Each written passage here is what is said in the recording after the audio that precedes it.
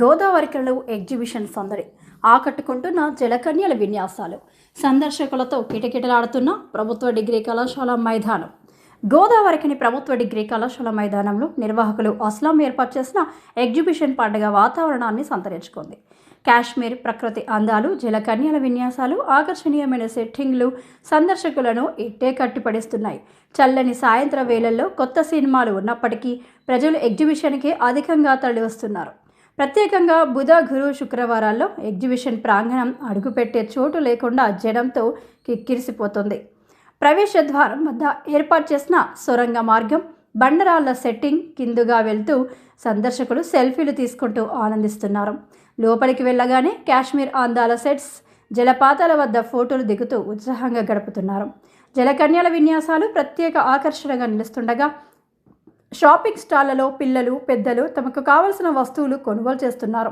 వివిధ రకాల ఆటలు, జాయింట్ వీల్, టోరా, బ్రేక్ డ్యాన్స్, కొలంబస్, చిన్నారుల కోసం sponge games, water boating, jeep driving, చిన్న హెలికాప్టర్ రైడ్స్ వంటి వినోద కార్యక్రమాలు అందరినీ అలరిస్తున్నాయి. ఆటలతో అలసిన వారు చాట్ బండార్ వద్ద పానీపూరి, కట్లెట్స్, ఢిల్లీ అప్పడం, సిమ్లా మిర్చి బజ్జీలను ఆస్వాదిస్తూ కుటుంబ సమేతంగా సంతోషంగా సమయం గడుపుతున్నారు. పండుగ సీజన్ కావడంతో ఎగ్జిబిషన్ మొత్తం సందర్శకులతో నిండిపోయి జోరుగా కొనసాగుతుంది. ప్రతిరోజు సాయంత్రం 6 గంటల నుంచి రాత్రి 10 గంటల వరకు సందర్శకులకు ఎగ్జిబిషన్ ఆనంద ఆహ్లాదాన్ని పంచుతుంది.